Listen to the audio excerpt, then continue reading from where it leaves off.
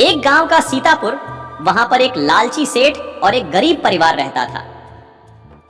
एक बार सेठ बैठा बैठा सोच रहा था कि आज कोई ब्याज पर पैसे लेने के लिए नहीं आया। ऐसे बैठे बैठे सोच रहा था और इधर मगन अपने घर पर अपनी पत्नी से बातें कर रहा था कि क्यों ना हम सेठ से पैसे ब्याज पर ले लें और हम उसको हमारे खेत के फसल के पैसों से वापस चुका देंगे। इस तरह वे दोनों अपनी बैलगाड़ी में बैठकर सेठ के घर की ओर निकल पड़े और गांव से होते हुए सेठ के घर की तरफ जा रहे थे।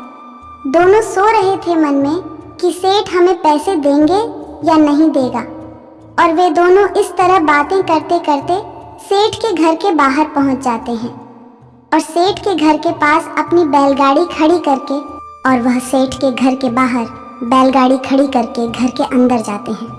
और तभी सेठ बोलता है, अरे मगन, तुम आज हमारे घर कैसे? तुम्हें क्या ब्याज पर पैसे चाहिए या और कुछ काम है? अगर तुम्हें ब्याज पर पैसे चाहिए तो मैं दे दूंगा, जितने चाहिए उतने ले जाओ, पर तुम्हें अब की बार ब्याज थोड़ा ज़्यादा देना पड़ेगा। ये मेरी सारी शर्तें मंजूर हैं तो तुम पैसे ले जाओ, पर अगर तुम समय पर नहीं दोगे तो तुम्हें ब्याज का दुगना देना पड़ेगा। और हाँ, मैं जब भी बोलूँ तब तुम्हें पैसे वापस लौट पड़ेंगे, तो सोच लो, तभी पैसे ले लेना, वरना मत लेना। तभी मगन बोलता है, ठीक है सेठ जी, मैं आपको समय पर पैसे चुका दूंगा। मैं अब की बार खेलों की फसल बंगा, तो इसके लिए मुझे ब्याज पर पैसे चाहिए। मैं आपको समय पर सारे पैसे लौटा दूंगा और मैं अब अपने घर चलता हूँ। और वह दोनों अपनी बैलगाड़ी में बैठकर अपने घर की ओर निकल जाते हैं और वह चलते चलते अपने घर पर पहुँच जाते हैं।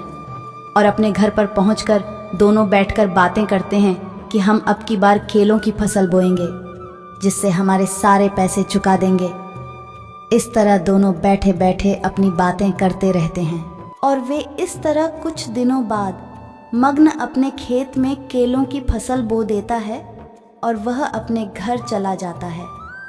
कुछ दिनों बाद जब बागान की केलों की फसल बहुत अच्छी होती है तो वह अपने पत्नी को खेत पर ले जाकर अपनी फसल दिखाता है और दोनों माँ ही मन बड़े खुश होते हैं।